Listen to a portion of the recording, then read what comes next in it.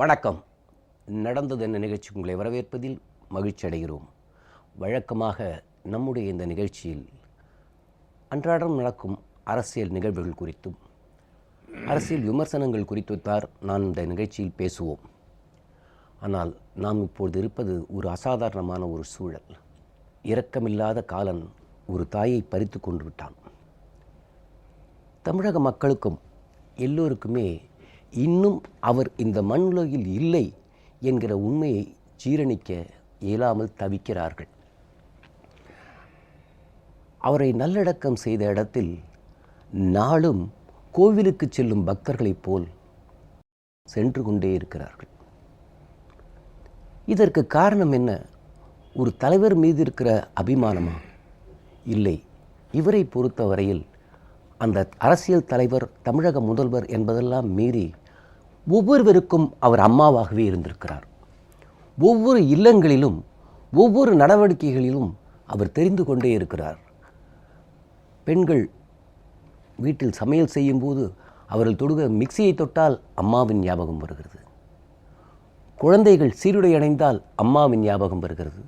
பள்ளிக்கு போகிற சைக்கிள் ஏறினால் அம்மாவின் நினைவு வருகிறது. அவர் பாடப்புத்தகங்களை திறந்தால் அம்மா நினைவுக்கு வருகிறார். லேப்டாப்பை திறந்தால் அவருடைய முகம்தான் தெரிகிறது. இன்றைக்கு கூட பெண்கள் எல்லாம் அவருடைய நல்லடக்கம் செய்த இடத்திலிருந்து அவர்கள் அழுவதை பார்த்தால் அவர்களுக்கு ஒரு மிகப்பெரிய கொடுமை நடந்து விட்டதை போல் மக்கள் உணர்கிறார்கள். இப்படிப்பட்ட சூழலில் அந்த வரலாறு காத்த அந்த வீராங்கனையின் வீர களப்பணிகள் பற்றித்தான் நாம் இன்று பேசப்போகிறோம். இது குறித்து பேசுவதற்காக முன்னாள் அமைச்சரும் அதிமுகவின் செய்தி தொடர்பாளருமான திரு பண்ருட்டி ராமச்சந்திரன் அவர்கள் வந்திருக்கிறார்கள். வணக்கம் சார். வணக்கம். அசாதாரணமான சூழலை பற்றி நீங்கள் எப்படி நினைக்கிறீங்க சார்? அதாவது நடந்தது என்ன என்கிற இந்த நிகழ்ச்சியில் கலந்து கொள்வதில் சாதாரணமாக நான் மகிழ்ச்சி அடைவதுண்டு.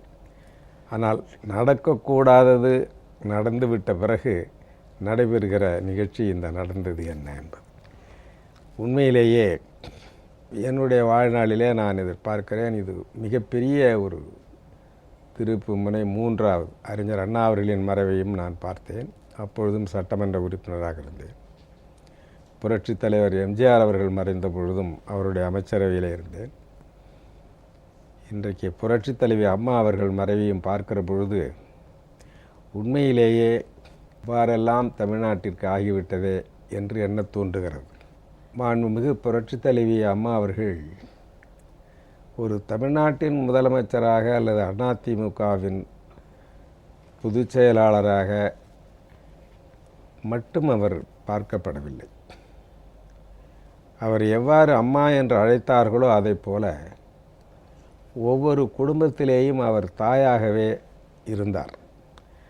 பிள்ளைகளை பள்ளிக்கூடத்துக்கு அனுப்புவதானாலும், இல்லை அரிசியை வாங்கி அதை சமைப்பதானாலும், எத்தகைய பணிகளை ஒரு குடும்பத்திலே ஒரு தாய் செய்ய வேண்டியிருந்தாலும் அந்த தாயினுடைய வாழ்க்கை சுமையை பெருமளவுக்கு குறைத்து ஒரு அரசாங்கத்தை நடத்திய பெருமை மாண்புமிகு புரட்சித் தலைவி அம்மா அவர்களுக்கு உண்டு.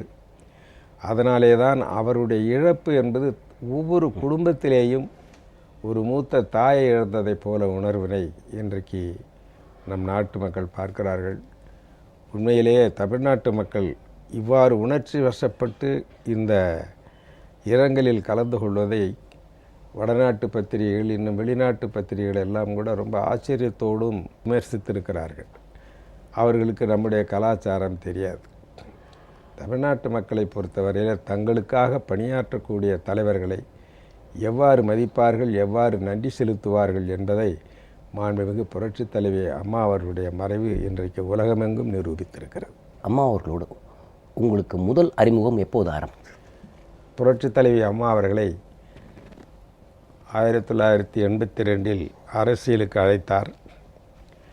அவர் முதலாக கலந்து கொண்ட நிகழ்ச்சி ஒன்று இங்கே நடந்தது. சென்னையிலே கூட்டுறவு வார விழா, இந்த கைத்தறி கூட்டுறவு வார விழாவில் அவர் கலந்து கொள்ள ஏற்பாடு. அதற்கு பிறகுதான் கடலூரிலே நடைபெற்ற மாநாட்டில் அவரை நாங்கள் ஊர்வலமாக அழைத்து வந்து அந்த மாநாட்டிலே அவர்கள் கலந்து கொண்டு பேசினார்கள். அந்த கைத்தறி வார விழாவிற்கு மாண்புமிகு புரட்சித் தலைவி அம்மா அவர்கள் முதலாக பேச வருகிறார். அனகாபுத்தூர் ராமலிங்கம் அவர்கள் எம்எல்சியாக அப்பொழுது இருந்தார். அவர் என்னிடத்திலே புரட்சித் தலைவர் எம்ஜிஆர் சொன்னார், இந்த மாதிரி ராமலிங்கம் வருவார், அவரை அழைத்து வருவார், நீங்கள் அந்த நிகழ்ச்சிக்கு தலைமை தாங்க வேண்டும், அம்மா அவர்கள் பேசுவார்கள் அப்படின்னு சொன்னார் எம்ஜிஆர். அதே மாதிரி அனகாபுத்தூர் ராமலிங்கம் அழைத்து வந்தார். அதுக்கு ஒரு வாரம் நடக்கிற நிகழ்ச்சி. அந்த நிகழ்ச்சியில் நான் மந்திரியாக இருந்தேன், நான் தலைமை வகித்தேன். அவர்கள் எழுதி வைத்து கொண்டு தான் அப்பொழுதும் அவர்கள் உரையாற்றினார்கள். சிறப்பாக உரையாற்றி முடித்தார்கள். அதற்கு பிறகு அவர்களை அனுப்பி வைத்தேன். அதுதான் முதல் சந்திப்பு. அதற்கு பிறகு நாங்கள் கடலூரிலே மாநாடு நடத்தினோம். 2 நாள் மாநாடு. முதல் நாள் பெண்ணின் பெருமை என்கின்ற தலைப்பிலே புரட்சித் தலைவி அம்மா அவர்கள் உரையாற்றினார்கள். அவருடைய பேச்சோடு அன்றைக்கு முடிந்தது. அடுத்த நாள் நாங்கள் எல்லாம் பேசுகிறோம். அதிலே அவரை ஊர்வலமாக நாங்கள் கிட்டத்தட்ட ஒரு 5-6 கிலோமீட்டர் அழைத்து வந்தோம். நல்ல மக்களுடைய எழுச்சி செல்வாக்கு எல்லாம் அப்பொழுதே இருந்தது. புரட்சித் தலைவர் அம்மாவை அறிமுகப்படுத்தினாலும் உங்கள் அனுபவத்தை வைத்து இவர் ஒரு விஸ்வரூபம் எடுப்பார் என்று நீங்கள் எதிர்பார்த்தீர்களா? புரட்சித் தலைவி அம்மா அவர்களை கட்சியிலே சேர்க்க எதிர்ப்பு தெரிவித்தார்கள். ஆமாம். அதில் என்ன வேடிக்கை என்றால், அன்றிருந்த எங்களோடு இருந்த மூத்த அமைச்சர்கள் அம்மாவை கட்சியிலே சேர்க்க வேண்டாம் என்று சொன்னார்கள். அவர்கள் அத்தனை பேருக்கும் அம்மா அமைச்சரவையிலே இடம் கொடுத்தார். அதுதான் ஆமாம். அது எனக்கு அதாவது நான் ஒரு முறை சட்டமன்றத்தில் அப்பொழுது 91-96 பேசுகிற பொழுது என்னை அறியாமல் மாண்புமிகு முதல்வர் புரட்சித் தலைவி அம்மா அவர்களுக்கு கொஞ்சம் சகிப்புத்தன்மை வேண்டும்னு சொன்னேன். அவங்க உடனே எழுந்து, எனக்கா சகிப்புத்தன்மை இல்லை, என்னை எவ்வாறெல்லாம் விமர்சித்தார்கள், தூற்றினார்கள், அவர்கள் அத்தனை பேரையும் நான் மந்திரியாக ஆக்கி வைத்திருக்கிறேனே பாருங்கள் அப்படின்னு எழுந்து காட்டினாங்க. நானே எதிர்பார்க்கிறேன், அவ்வளவு பேரையும் நான் மந்திரி ஆக்கியிருக்கேனா இல்லையா அப்படின்னாங்க. புரட்சித் தலைவரோடு பல படங்களிலே தொடர்ந்து நடித்ததன் மூலம் அவர் புரட்சித் தலைவருடைய ரசிகர்கள் புரட்சித் தலைவருக்கு அடுத்தபடியாக, எம்ஜிஆருக்கு அடுத்தபடியாக அம்மாவை தான் ஏற்றுக்கொள்கிறார்கள். ஆகவே அவங்க வர்றது நல்லது தான் அப்படின்னு முதல்ல நான் சொன்னேன். அதனால தான் என்ன அந்த கைத்தறி வார விழாவுக்கே அவர் என்ன தான் தலைமை போட்டார். அதற்கு பிறகு நாங்கள் பல கட்டங்களிலே அவருக்கு பல கஷ்டங்கள் வந்தது. ஓரளவுக்கு அவங்களுக்கு என்னென்ன குறைகள் ஏற்பட்டனவோ அந்த குறைகளை எல்லாம் தீர்க்கக்கூடிய ஒரு நிலையிலே நான் அப்பொழுது மந்திரியாகவும் இருந்தேன். புரட்சித் தலைவர் எம்ஜிஆருடைய நம்பிக்கை பெற்றவனாக இருந்ததுனால பல பிரச்சனைகள் அவருக்கு வந்த பொழுதெல்லாம் அவற்றிற்கு உறுதுணையாக இருந்ததுனாலேயே என்னெல்லாம் புரட்சித் தலைவர் ஆளுன்னு அப்போ முத்திர குத்தியை வச்சு விட்டார்கள். மறக்க முடியாத சம்பவங்கள் ஏதாவது உங்களுக்கு நினைவுக்கு வருது? விஜயகாந்த் கட்சியிலிருந்து நான் ஒன்றும் அரசியலே வேண்டான்னு வெளியே வந்தேன். உண்மையிலேயே போதும் நம்மளுக்கு அரசியல், வயசாகிட்டுது, என்னத்துக்கு இவங்களோட இனிமேல் இவங்கள்டெல்லாம் போய் கஷ்டப்படணும்னு வந்துட்டேன். நான் வந்துட்டு யாருக்கும் தெரியாது, நான் நேராக போய் சபாநாயகர்கிட்ட நான் ராஜினாமா கடிதத்தை கொடுத்தேன். அவர் அப்படியே அசந்து போனார். அண்ணா எல்லாம் ராஜினாமா பண்ணாதீங்க, நம்ம தனப்பால் அப்படியே பண்ணாதீங்கன்னாரு. இல்லை நான் முடிவு பண்ணிட்டேன், ஒத்துங்கன்னு சொன்னேன். உடனே இருங்கன்னு சொல்லிவிட்டு அடுத்த ரூமுக்கு போய் அம்மா முதலமைச்சர் இவங்க பேசினார். இந்த மாதிரி பண்ருட்டியார் ராஜினாமா கொடுக்குறாரு. அப்படியா, ஏன் ராஜினாமா கொடுக்குறாரு இன்னும் கேட்டிருக்காங்க. சரி ஒரு 10 நிமிஷம் கழித்து நான் பேசுகிறேன்னு சொல்லிட்டாங்க. இவர் வரல, என்கிட்ட ராஜினாமா கடிதத்தை வாங்கலை. அப்புறம் 10 நிமிஷம் கழித்து மாண்புமிகு புரட்சித் தலைவி அம்மா அவர்கள் அவர்கிட்ட பேசி, அவர் பண்ருட்டியார் ராஜினாமா பண்ணுறாருன்னா ஏதாவது காரணம் இருக்கும், அது இல்லாத செய்ய மாட்டார், அதனால் வாங்கிக்கிங்கன்னார். ஏன்னா அவங்க நான் எம்எல்ஏவை ராஜினாமா பண்ணாதே சட்டசபையில் இருந்திருக்கலாங்கிற மாதிரி அவங்களுக்கு எண்ணம். சரி இருந்தாலும் அவர் ராஜினாமா பண்ணுறேன்னு முடிவு பண்ணிட்டார், அதனால் அதை ஏற்றுக்குங்க அப்படின்னு அவங்க சொன்ன பிறகு தான் அவர் ஏற்றுக்கிட்டார். அதோடு நான் முடிஞ்சதுன்னு நினச்சேன். நான் மட்டும் வீட்டில் இருக்கிறேன். திடீர்னு எனக்கு அறிஞர் அண்ணா அவர்களுடைய விருது அறிவித்தாங்க. அவங்க கொடநாட்டில் இருக்கிற பொழுது அறிஞர் அண்ணா அவர்களுடைய விருது அறிவித்தாங்க. நான் டிவியில் தான் பார்த்தேன். எனக்கு அப்புறம் அவங்களுக்கு உடனே ஒரு இமெயிலில் நன்றி மட்டும் அவங்கள அனுப்பிச்சிட்டேன். அந்த விருதுகள் வந்து அப்பொழுது அமைச்சர் பன்னீர்செல்வம் அவர்கள் வழங்குவார். அப்போ தான் எல்லாருக்கும் வழங்குவார்னு வந்தது. அப்புறம் அவங்க ஃபோன் பண்ணி, இல்லை நானே வந்து வழங்குவேன் அப்படின்ட்டாங்க. ஸோ ஒரு 2-3 விருதுகளை மட்டும் நிறுத்தி வச்சுட்டு மீதி விருதுகளை அமைச்சர் பன்னீர்செல்வத்தை வழங்கிட்டு அவங்க அந்த ஜனவரி 26 இந்த குடியரசு தினத்துக்கு வருவாங்கள்ல, அன்னைக்கு வச்சு என்னையை வர சொல்லி அந்த விருது தானே கொடுக்கணும் அப்படின்னு கொடுத்தாங்க. இதெல்லாமே ஒன்றையும் அவங்க நுணுக்கமாக என்ன எல்லாரோடையும் நம்ம கொடுத்துருக்கலாம், ஆனால் தானே கொடுக்கணும்னு நினச்சாங்க. அப்புறம் கொடுத்தாங்க. அந்த விருது வாங்கின பொழுது தான் நான் அம்மாகிட்ட சொன்னேன், உங்களுக்கு நாடாளுமன்ற தேர்தல் வருது, நான் வேலை செய்கிறேன்னு சொன்னேன். நம்ம ஏதாவது கைமாறு செய்யணும் அப்படின்னு. அவங்க என்ன பண்ணாங்க, சரின்னு மனசில் வச்சுக்கிட்டாங்க. அப்புறம் திடீர்னு ஒரு நாள் என்ன பண்ணாங்க, அப்போ நம்ம மூத்த அமைச்சர்களெல்லாம் என் வீட்டுக்கு அனுப்பி ஏன் அவர் கட்சியில் சேரப்படாதுன்னு கேட்டாங்க. அம்மா பார்க்கணுங்கிறாங்க அப்படின்னு தகவல் வந்தது. சரி அம்மா விரும்பினாங்கன்னா வரேன். அதாவது நான் அரசியலே வேண்டாம்னு துறவரம் போட்டவனை திரும்ப கொண்டாந்து சேர்த்து ஒரு பொறுப்பு கொடுத்து எல்லாம் பண்ணிக்கின்னு, அதில் இன்னும் ஒன்று பெருசாக எனக்கு என்ன கஷ்டம் அப்படின்னா, இப்போ கடந்த அறிஞர் அண்ணா அவனுடைய பிறந்தநாள் செப்டம்பர் 15, புரட்சி தலைவர் அம்மா வராங்க. முகமே சரியில்லை, ஒரு ரொம்ப வேதனையோடு வர்ற மாதிரி இருந்தது. என்னடா இப்படி இருக்காங்களேன்னு நினச்சேன். அப்படி வந்து அண்ணா படத்துக்கு மாலையை போட்டுட்டு இப்படி திரும்பி பார்த்தாங்க, என்னை பார்த்துட்டாங்க. நீங்கள் நல்லா இருக்கீங்களான்னு கேட்டாங்க. அதுதான் அவங்க கடைசியாக பேசுனது. வேறு யாரையும் பேசலை. அவங்க என்னை மட்டும் பார்த்துட்டு நீங்கள் நல்லா இருக்கீங்க, பக்கத்தில் அப்போ பொன்னையன் இருந்தார், அண்ணா உங்களை தான் கேட்குறாங்க அப்படின்னாரு. நான் நல்லா இருக்கம்மா. அப்படியே ஏறி போனவங்க அப்புறம் உடனே ஆஸ்பத்திரிக்கு தான் போயிட்டேன். நீங்கள் ஆரம்பத்திலிருந்து நான் மற்ற கட்சியில் இருந்தால் கூட, பாட்டாளி கட்சியில் இருந்தும் எம்எல்ஏவாக இருந்து பேசியிருக்கிறேன், தேமுதிகவில் இருந்தும் எதிர்க்கட்சி துணைத் தலைவராக இருந்து பேசியிருக்கிறேன். இருந்தும் கூட அவங்க வந்து தொடர்ந்து என் மேலே ஒரு பாசமும் பரிவும் காட்டினார்கள். நான் கட்சியில் சேர்ந்த பொழுது தலைமை கழகத்தில் என்னை வரவேற்று சொல்கிற பொழுது அண்ணன்னு சொல்லாங்க. எல்லோரும் அசந்துட்டாங்க, அண்ணன்னு சொல்லிட்டாங்களே, அவங்க அண்ணா அந்த மாதிரி சொல்ல மாட்டாங்களே யாரையும் அப்படின்னு. அண்ணன் பண்ருட்டி ராமச்சந்திரன் வந்திருக்காங்க. அந்த அளவுக்கு 1982 இருந்து 87 வரையிலும் நான் தான் கூட இருந்தேன். அதுக்கப்புறம் நான் போயிட்டு திரும்ப வந்த பொழுதும் என்னை வந்து அதே மாதிரி ஒரு பாசத்தையும் அன்பையும் கொடுக்குறாங்கன்னா, பகைவருக்கு அருள்வாய் நன்னெஞ்சேன்னு பாரதி பாடுறதை நம்ம பார்த்துருக்குறோம். ஆனால் பகை நட்பாக கொண்டொழுகும் பண்புடையாளன் தகமைக்கண் தங்கிற்று உலகுங்கிறார் திருவள்ளுவர்.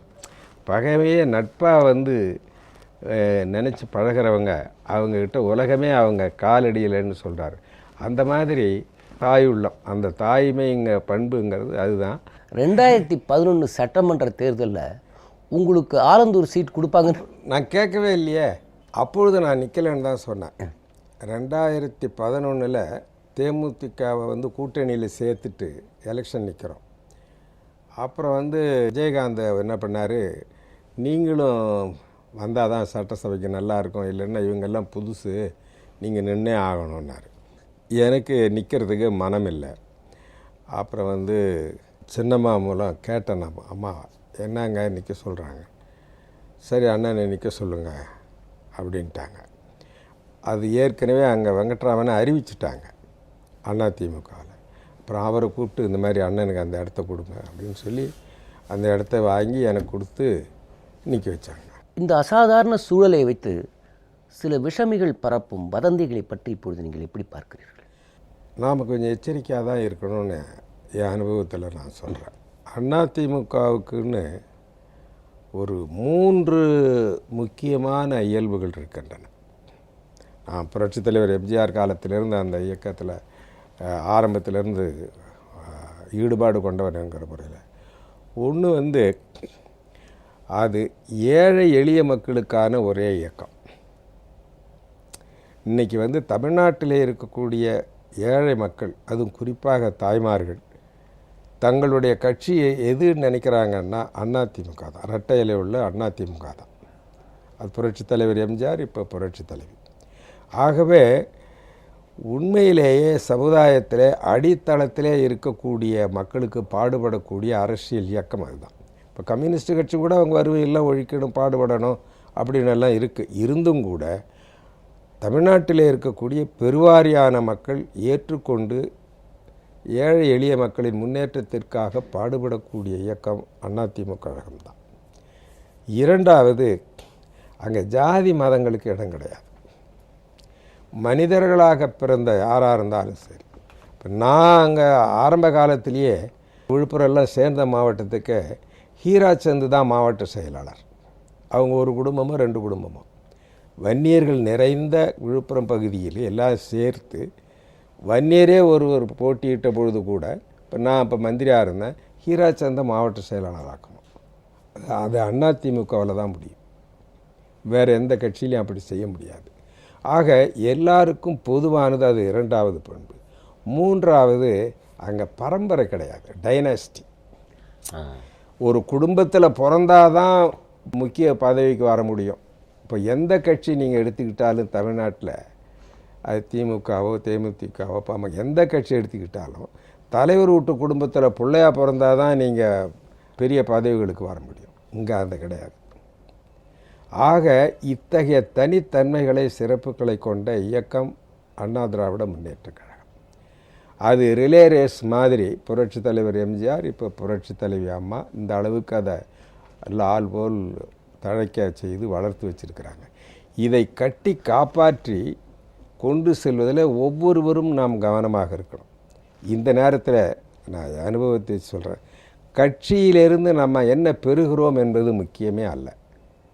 இப்போ கட்சிக்கு நாம் என்ன தருகிறோம் என்பது தான் முக்கியம். நாம் இவ்வளோ காலம் நம்மளை வளர்த்த கட்சி, நம்மளை ஒரு அந்தஸ்தில் கொண்டு வந்த கட்சி, அந்த கட்சிக்கு இப்போ நாம் உதவ வேண்டும் அப்படிங்கிற அந்த மனோபாவத்தை பெற்றுவிட்டாலே இந்த சதிகாரர்களின் சூழ்ச்சி எடுபடாது.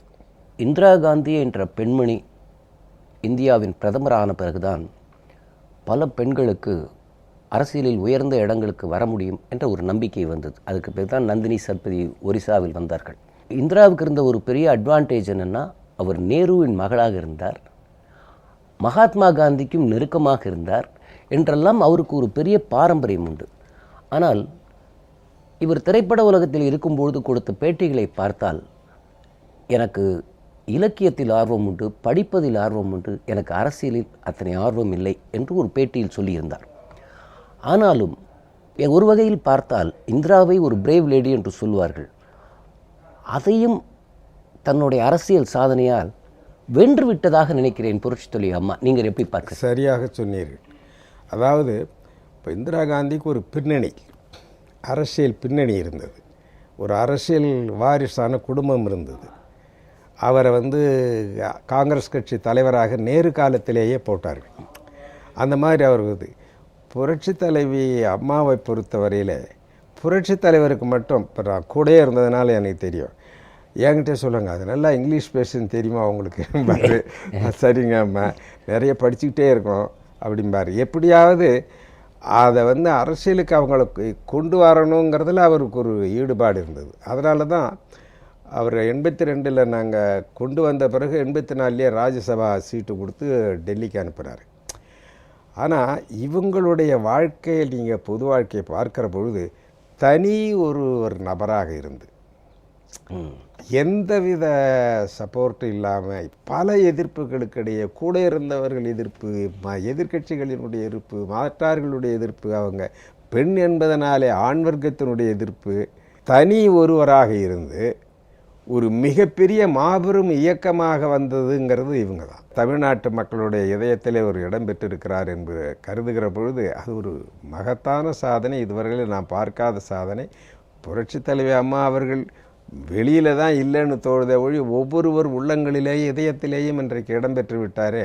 எங்கிருந்தோ வந்தான் இடைச்சாதி நான் என்றான், என்ன செய்து விட்டேன் வரும். அந்த மாதிரி ஒரு விஸ்வரூபமாகி இங்கே தமிழ்நாட்டில் இவ்வளவு பெரிய ஒரு மாபெரும் சக்தியாக அவர்கள் மாறி தமிழ்நாட்டு மக்கள் அனைவரும் அவர் மீது பாசத்தை பொழிகின்ற அளவுக்கு அவருடைய வளர்ச்சி. பதவிக்கு வர்றது எல்லாரும் வரலாம், எத்தனையோ முதலமைச்சர்கள் நம்ம தமிழ்நாட்டிலே இல்லையா, இல்லை மற்ற மாநிலங்களில் இல்லையா, முதலமைச்சர்கள் என்பதோ ஒரு கட்சிக்கு பொதுச் செயலாளர் என்பதோ பெருசல்ல.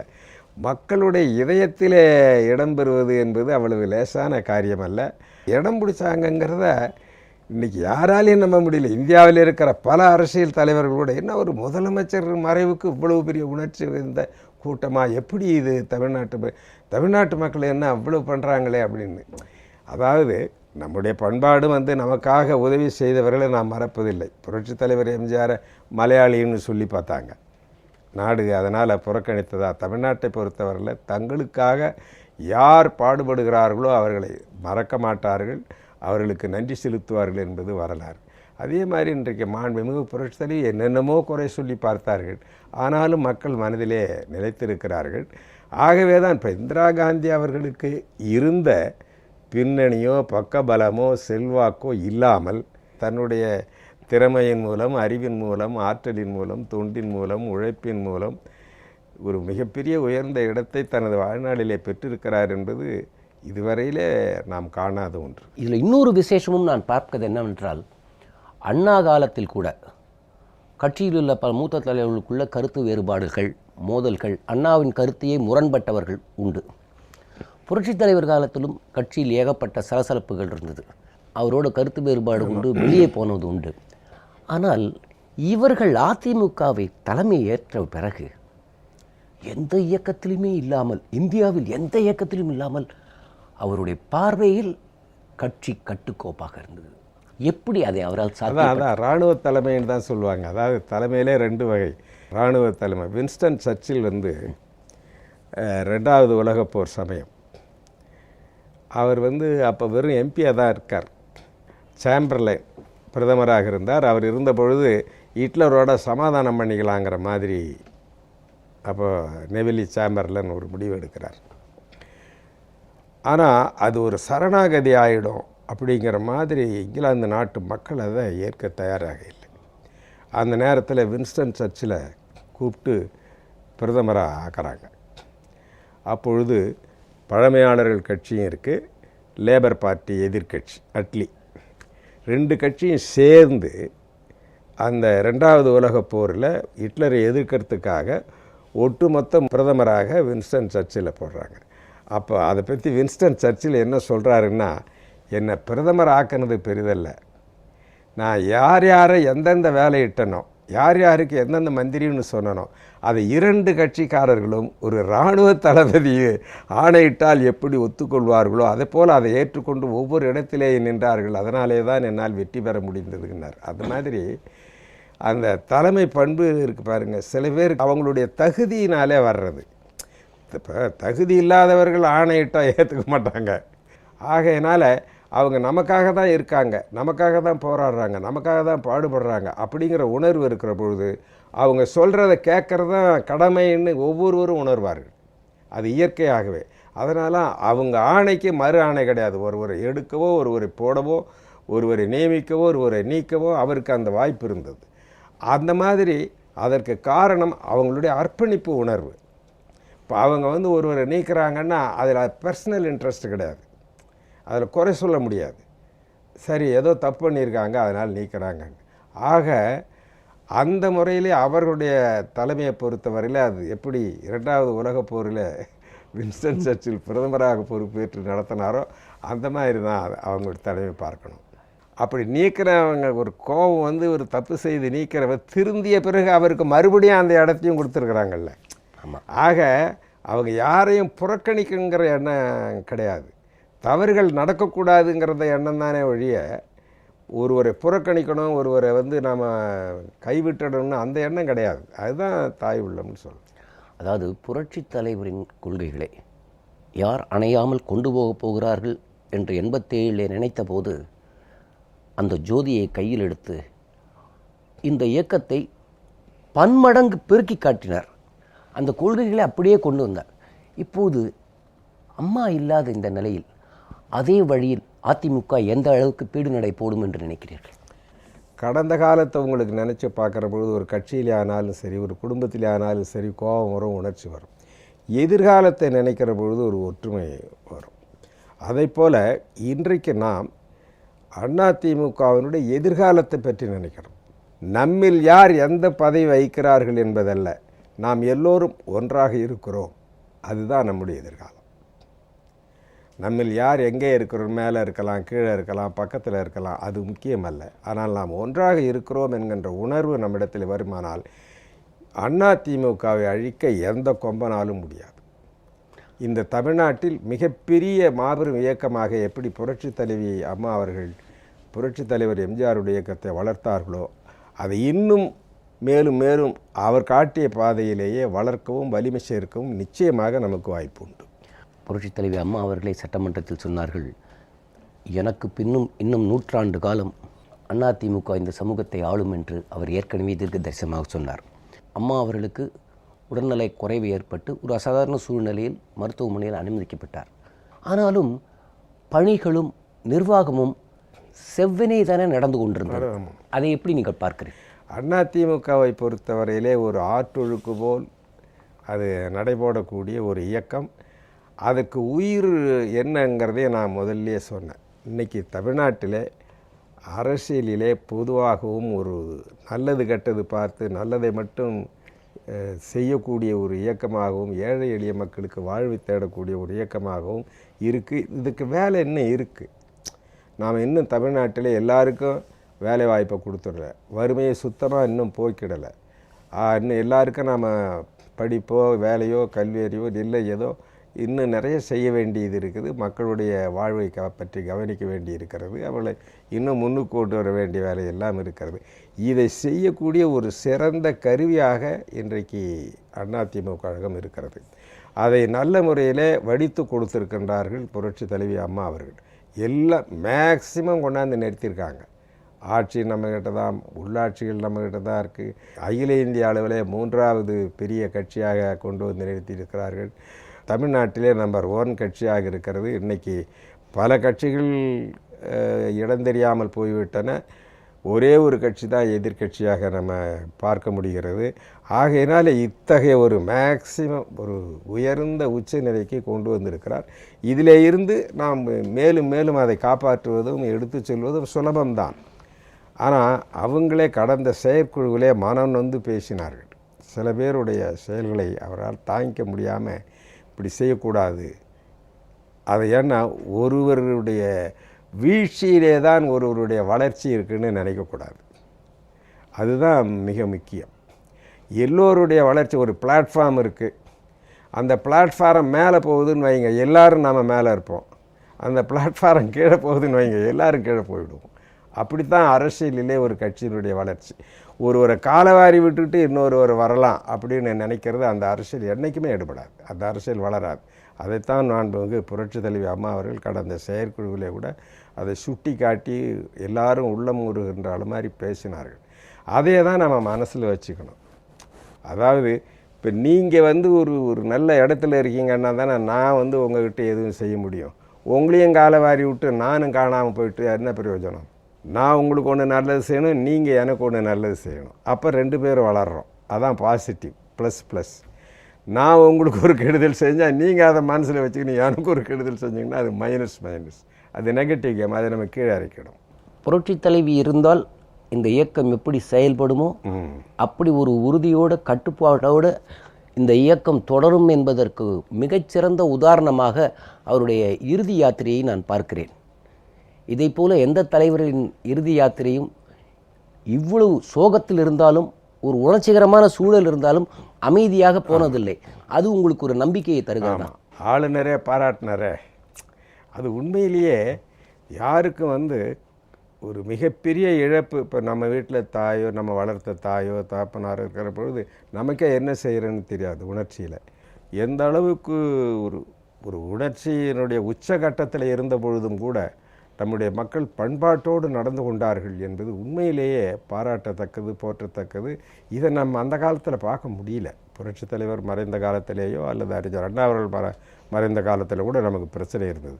ஆனால் இந்த தடவை அந்த பிரச்சனையே இல்லை. உண்மையிலேயே ஒரு பண்பாட்டு அடிப்படையில் தான் அந்த இரக்க உணர்வை கூட தாங்கள் வெளிப்படுத்தினார்கள். அதற்கு காரணம் இந்த தலைமை துளியும் வன்முறை கலாச்சாரத்தை சிறிதும் ஊக்கப்படுத்தவில்லை. அதன் வெளிப்பாடு தானே இந்த டிசிப்ளின். ஆமாம், அது வந்து மாண்புமிகு புரட்சித்தலைவி அம்மாவை பொறுத்தவரையில் அதில் ரொம்ப கரெக்டு. டிசிப்ளின்னா டிசிப்ளின், பெர்ஃபெக்ஷன்னாலும் பெர்ஃபெக்ஷன். எதை செய்தாலும் செய்வன திருந்த செய். அதாவது ஒரு காரியத்தை செய்கிறதா அதை எல்லா முனையிலையும் சிந்தித்து பார்த்து அதையும் ஒழுங்காக கரெக்டாக எழுதி என்னென்ன பண்ணணுமோ அப்படி செய்வாங்க. அதே மாதிரி வன்முறைகள் யாராக இருந்தாலும் சரி, சட்டமன்றத்தில் பேசுகிற பொழுது ஒரு நிலத்தெல்லாம் எடுத்துக்கிட்டாங்கன்னு வழக்கு போட்டாங்கல்ல. அருண் சுப்பிரமணியம் பின்னால் இருந்தார், அவர் பிடிச்சி வச்சுட்டாங்க. நான் சொன்னேன், அருண் சுப்பிரமணியம் பின்னால் இருந்தார், அவரை காணோம், அவர் புழல் சிறையில் வச்சுட்டாங்க. மாண்பு முதலமைச்சர் தான் தேடி கொடுக்கணும்னு. அப்போ சொன்னாங்க, என் கட்சிக்காரராக இருந்தாலும் நான் நடவடிக்கை எடுத்திருக்கிறேன். இப்படியே சொன்னாங்க, என் கட்சிக்காரனாக இருந்தாலும் நான் நடவடிக்கை எடுத்திருக்கிறேன், அதில் வந்து நான் ஒன்றும் செய்ய முடியாது அப்படின்னாங்க. ஒரு சம்பவம் நினைவுக்கு வருகிறது. நமது காவல்துறை ஆணையர், மயிலாப்பூர் சட்டமன்ற உறுப்பினர் நடராஜ் அவர்கள் காவல்துறை ஆணையராக இருந்தபோது முதலமைச்சரை இந்த பதவியேற்ப பிறகு ஃபார்மாலிட்டி சந்திக்கும் போது அம்மா அவர்கள் சொன்னார்களாம், மிஸ்டர் நடராஜ், நீங்கள் உங்கள் வேலையை செய்யுங்க. தவறு செய்பவர்கள் அமைச்சர்களாக இருந்தால் கூட என்னிடம் கேட்டுவிட்டு தான் நடவடிக்கை எடுக்க வேண்டும் என்று நீங்கள் காத்திருக்க வேண்டாம். அண்ட் மேலும் கட்சிக்காரர்களின் தலையீடு காவல்துறை பணியில் இருந்தால் அதை என்னிடம் உடனடியாக நீங்கள் சொல்ல வேண்டும் என்றார். அதற்காகத்தான் அதற்கு பின் திராவிட முன்னேற்ற கழக ஆட்சியில் ஒரு கமிஷனர் பதவியேற்ற போது அவருக்கு வாழ்த்து சொன்னபோது சொன்னார், வாழ்த்தாதீர்கள், இந்த பதவி எனக்கு வரமல்ல, சாபம் என்றார். ஏனென்றால் அதிமுக பீரியடில் கமிஷனராக இருப்பது வரம், திமுக பீரியடில் கமிஷனராக இருப்பது ஒரு சாபம் என்றார். அதை நீங்கள் எப்படி பார்க்கிறீர்கள்? அங்கே எத்தனை முதல் மந்திரிகள், அதாவது அங்கே எல்லாம் ஒரு 10-15 முதல் மந்திரிகள்ல. சாதாரண மக்கள் ஒரு முதல் மந்திரிக்கு தான் அண்ணா திமுகவுக்கு ஓட்டு போடுவாங்க. திமுகவுக்கு ஓட்டு போட்டால் ஒரு 10-15 முதல் மந்திரிகள். அங்கே எல்லாரும் உத்தரவு தானே, அங்கே கட்டுப்பாடு எது? உலகத்தரமான சிகிச்சை அம்மாவுக்கு அளிக்கப்பட்டது என்று ரிச்சர்ட் பீலே கூறினார். உலகத் தமிழர்கள் பிரார்த்தனை செய்தார்கள். சிகிச்சை பலனளிக்காமல் அம்மா அண்மை மீளா துயரில் ஆழ்த்திவிட்டு சென்றார். ஒரு பக்கம் நமக்கு ஒரு நம்பிக்கை இருந்தாலும் இப்பொழுது நம்மால் இந்த சூழலை டைஜஸ்ட் பண்ண முடியலையே. இந்த அசாதாரண சூழலை நீங்கள் எப்படி பார்க்கிறீர்கள்? ரொம்ப கஷ்டம். அதாவது என்னால் பெருமைக்காக சொல்ல என்னால் தாங்கவே முடியல. டாக்டர் ரிச்சர்ட் பீலே அவர்கள் ரொம்ப நல்லா சொன்னார். அங்கே லண்டனில் போயிட்டு எத்தனையோ என்னுடைய சர்வீஸில் எவ்வளோ பேருக்கு நான் வைத்தியம் பார்த்துருக்குறேன். ஆனால் இப்பேற்பட்ட ஒரு தலைவருக்கு, அரசியல் தலைவருக்கு, இவ்வளவு மக்களுடைய பாசத்தை கொண்ட ஒரு அரசியல் தலைவருக்கு என்னுடைய வாழ்நாளிலேயே நான் சிகிச்சை செய்தது கிடையாது. இது என்னுடைய பாக்கியம்னு சொல்லி அங்கே லண்டன்லேயே பேசியிருக்கிறார். அதுதான் அவர்களுடைய தலைமை பண்பை எடுத்து காட்டுகிறது. இந்த நோய்வாய்ப்படுவதில் என்ன ஒரு பிரச்சனைன்னா, நாம் உலகத்தரமாக இந்த சிகிச்சையை தந்தாலும் கூட, டாக்டர்கள், மருந்து நிபுணர்கள் எல்லாரும் கொடுத்தாலும் கூட, நம்முடைய உடம்பு எந்த அளவுக்கு ஏற்றுக்கொள்கிறது என்பதையும் பொறுத்தது. எனக்கே பல சம்பவங்கள் தெரியும். சிகிச்சைகள்ங்கிறது ஒரு புறம், ஆனால் அது எந்த அளவுக்கு நம்முடைய உடல் அதை ஏற்றுக்கொள்கிறதுங்கிறது. அதனால தான் என்ன ஆகுது, திடீர்னு இந்த மாதிரி ஏதாவது ஒரு மாரடைப்பு அது இதுன்னு வந்துட்டுதுன்னு வைங்க, அவர்களாலையும் ஒன்றும் செய்ய முடியல, நம்மளாலையும் ஒன்றும் செய்ய முடியல. அதுதான் பெரிய ஷாக். இப்போது நாங்கள் தொடர்ந்து அம்மா அவர்கள் ஆஸ்பத்திரியில் இருக்கிற பொழுது போய் பார்த்துக்கிட்டே வரோம். அவங்க நல்லாயிட்டே வராங்க. நாட்டு மக்களும் சரி நல்லாயிட்டாங்க, இனிமேல் அவங்க வீட்டுக்கு போயிடுவாங்கன்னு நம்புகிறோம். அந்த மருத்துவமனையினுடைய இயக்குனர் பிரதாப் ரெட்டியும் சொல்கிறார், இப்படி நாம் நிம்மதியாக இருக்கக்கூடிய நேரத்தில் இப்படி ஒரு அதிர்ச்சி வருகிற பொழுது அதை எப்படி தாங்கிக்க முடியும்னு நினைக்கிறீங்க? உலகத்தரம் வார்ந்த சிகிச்சை அளித்தாங்க. எய்ம்ஸ் டாக்டர்ஸ் வந்தாங்க. மத்திய அரசு இந்த சிகிச்சைக்காக எல்லா உதவிகளும் செய்கிறேன்னு சொல்லி ஆளுநர் மூலமாக மத்திய அரசும் கவனமாக பார்த்து கொண்டிருந்தது. இப்படிப்பட்ட ஒரு சூழல்தான் யாருமே எதிர்பார்க்காத இந்த அதிர்ச்சியான முடிவு வந்திருக்கு. ஆனால் இப்பொழுது சமூக வலைதளங்களில் பார்த்தால் அந்த மரணம் குறித்து எழுப்புகிற சந்தேகம் எல்லாம் அருவருப்பாக இல்லையா? நீங்கள் ரொம்ப மோசம். அது ஒரு அநாகரிகம். தமிழ்நாட்டு மக்களுடைய பண்பாட்டுக்கே அது ஒரு இழுக்கு. எப்படி நம்முடைய மக்கள் நன்றி செலுத்துகிறார்கள், அன்பு செலுத்துகிறார்கள் என்பதை நாம் பார்த்தோம். அதையே கொச்சைப்படுத்துகிற மாதிரி சமூக வலைத்தளங்களிலே வருகிற செய்திகள் உண்மையிலே அருவருக்கத்தக்கவை, கண்டிக்கத்தக்கவை, எந்த சாதாரண அறிவு படைத்த மக்களாலும் ஏற்கக்கூடியதாக இல்லை. உடம்புங்கிறது நோய்வாய்ப்படுவது இயற்கை. அதில் நோய்வாய்ப்பட்டிருக்கிற பொழுது என்ன நாம் நினைக்கணும்? அவர் நல்லா ஆகணும்னு நினைக்கணும். அவருக்கெல்லாம் சிகிச்சையெல்லாம் கொடுக்குறாங்க. அவர் மாற்றார்களானாலும் சரி, நல்லா வரட்டும் பாவம், அப்படித்தான் நினைக்கணுமே ஒழிய அவங்க போயிட்டாங்க அப்படியா கொடுக்கறது? இது என்ன நியாயம் இது? அவர் அமங்கலமாகவே அந்த சமூக வலைத்தளங்களில், சில பத்திரிகைகளில், ஊடகங்களில் ரொம்ப கவலைப்பட வேண்டிய ஒன்று. ஆனால் இது முற்றிலும் மாறாக நடந்தது. மத்திய அரசாங்கமும் அவர் சொன்னார்கள், தமிழ்நாடு அரசு கேட்டுக்கொண்டதன் பேரிலே தான் நாங்கள் ஏஎம்எஸ் டாக்டர்களை அங்கே டெல்லியிலேருந்து அனுப்பணும், அவர் ஸ்பெஷலிஸ்ட் வரட்டும்னு கேட்டதுனால அனுப்புகிறோம். நாங்கள் உடனே அந்த பாஜக இதில் உள்ளே புகுந்து அரசியல் பண்ணுறாங்க. என்னென்ன கொடுமை!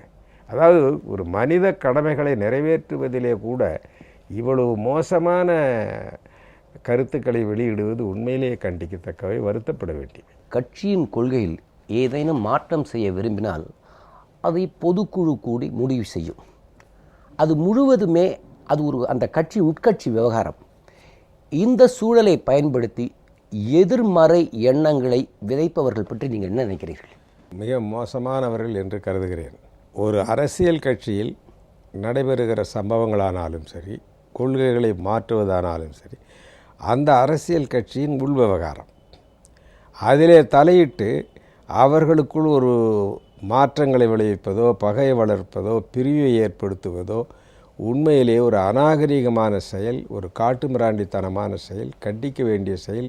ஒரு அரசியல் ஆரோக்கியத்திற்கு அது பயன்படாது. ஆகவே நிச்சயமாக அதை நாம் வரவேற்கக்கூடாது. நாட்டு மக்கள் அத்தகையவர்களிடத்தில் எச்சரிக்கையாக இருக்க வேண்டும். எல்லா இயக்கங்களிலும் தலைவர்கள் மறைந்த பிறகு பல்வேறு கருத்துக்கள் கிளம்பும், சில மோதல்கள் கூட வரும். ஆனால் அம்மாவை இழந்த அந்த தருணத்திலும் அந்த டிரான்சிஷன் ஆஃப் பவர் இருக்குல்ல, அது மிக ஸ்மூத்தாக இருக்கு. அதுவே இந்த கட்சியின் கட்டுப்பாடை உங்களுக்கு காட்டவில்லை? ஆமாம், சிறப்பாக அதுவே எடுத்துக்காட்டு. எல்லாமே அதே மாதிரி தான் நடக்கும். எதிர்காலத்திலேயும் எந்த விதமான பிரச்சனையும் இன்றி சுமூகமாக நடக்கும் என்பது தான் என்னுடைய கணிப்பு. அப்படித்தான் நடக்கும். ஏனென்றால் புரட்சி தலைவி அம்மா அவர்கள் அந்த அளவுக்கு கட்டுப்பாட்டோடு கட்சியை வளர்த்திருக்கின்றார்கள். நான் முன்னமே சொன்ன போல, யார் எந்த பொறுப்பை ஏற்றுக்கொண்டாலும் அதில் திறம்பட நிர்வகித்து கட்சியை மேலும் மேலும் வளர்ப்பார்கள் என்பது உறுதி.